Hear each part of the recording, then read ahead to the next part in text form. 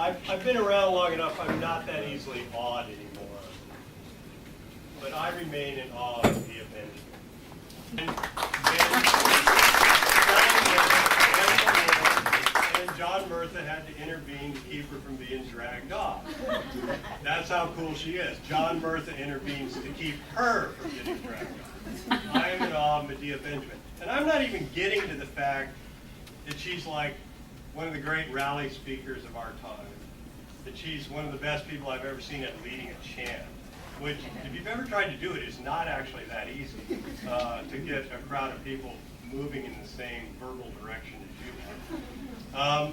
She has helped co-found two of the great social change organizations of our time, Global Exchange and Code Pink. And she's got principles, she's creative, and she's very strategic about how you make social change. And I'm very proud she's a friend of mine, a friend of PDA's. Medea Benjamin.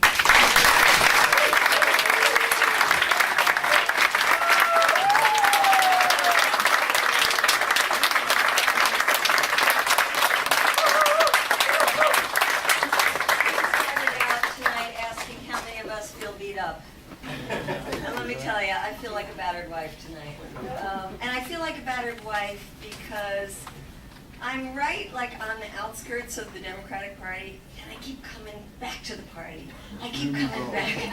I keep coming back. I keep thinking, there's something good there. There's something good there. I'm going to go back. I'm going to find something good. And like all of you, I worked hard in November 2006 to get the Democrats back in power. And like all of you, I got my hopes up. And I feel tonight like got beat up again. And I do that because I did get my hopes up, and I did have a vision. And I had a vision that the Democrats finally understood that the American people were so way ahead of them on this war in Iraq, and that they were going to catch up. They were going to try really hard to catch up to us. And that they were going to put forward some kind of a real vision of an alternative. And I would sit at night and I would think of that vision. And I see part of that vision out here.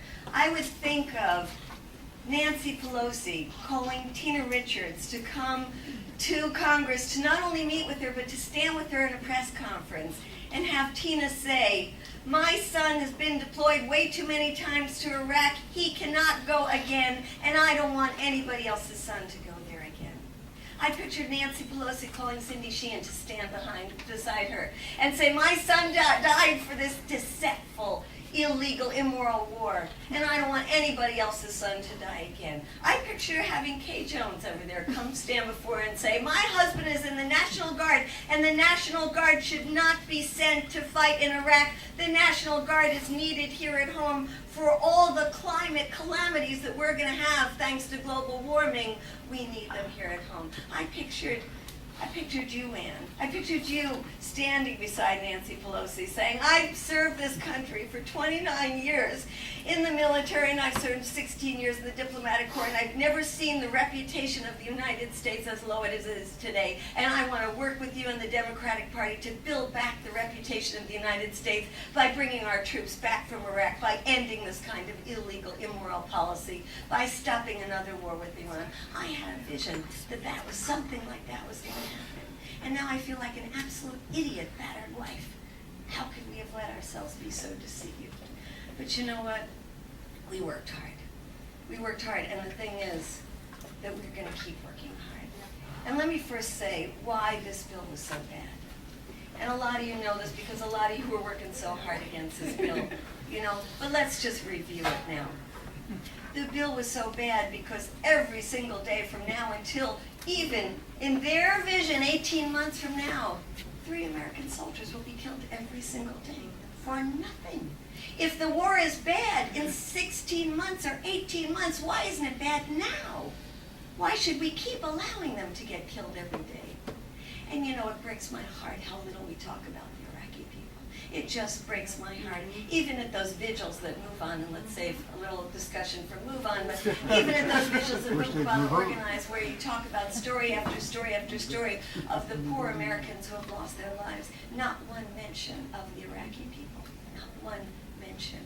And how many more Iraqis are going to be consigned to die in the next 12 months, 15 months, 18 months because of this bill?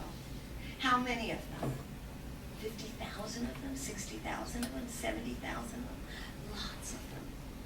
And then when we talk about bringing the troops back, only talking about combat troops, and look at all the exceptions that were made there. Fighting counterterrorism, fighting Al-Qaeda. Well, according to a lot of people in this government, everybody that fights against us is Al-Qaeda.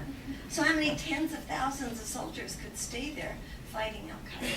And train, my God, I mean, first of all, Iraq had more trained people in the military than anybody else in the Middle East except maybe for Iran. And how long does it take to train somebody? Maybe 6 weeks. So we're going to stay there years and years and years to keep training these people? You know, training doesn't work if the motivation isn't there. And if you're not motivated to work side by side for the United States to build the U.S. empire so that U.S. corporations can get your oil, then no amount of training is going to make you work for the U.S. agenda. And so we can have tens of thousands of more troops staying, and not only that, for protection. And it's not just protection of U.S. embassy people, diplomats, it says protection of U.S. citizens. Well, how many citizens are there? There are tens of thousands of U.S. mercenaries who are there. Mercenaries who are fighting with guns totally unaccountable, and mercenaries working for every single one of these corporations that are war profiteers that should be behind bars for profiting from this illegal war. And then we're supposed to have our soldiers there to protect them.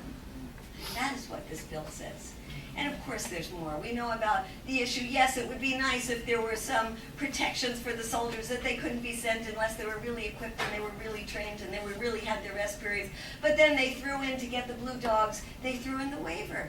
So the president just could say, well, on national security grounds, we need to send them even if they're not prepared. Just like the National Guard is not prepared to go and fight in Iraq. Well, national security grounds, too bad they're going to go. And then, of course, these issues of benchmarks. What are the benchmarks? Well, one of the key benchmarks is they pass an oil law that would allow our companies to take control of their oil. And the other benchmarks are things that either this illegitimate government in Iraq that was put there by us cannot do because it doesn't have the support of the Iraqi people, or the other thing that they say is, you Iraqis got to get your act together. And if you Iraqis don't get your act together, we're not going to keep supporting them. Well, you know what? The bill is written in such a cockamamie way that, first of all, the way they talk about the Iraqis drives me crazy because it's like this racist kind of thing. Bill, talk about racism. I mean, the Iraqis are always the ones to blame. We go in and we destroy their country, and they're the ones to blame. They can't get their act together. And Tina Richards' friend Obi today, when he was on the floor, he starts talking about, we're tired of babysitting those Iraqis. Babysitting, he used the word several times. I mean, that is absolutely disgusting. We destroy their country, we kill hundreds of thousands of people, we make millions of them homeless and displaced, and we are babysitting them. And so it says that the way that this is written, if they are good little servants of the empire, and they get their act together, then guess what? They'll stay longer. Really, that's the way it's written.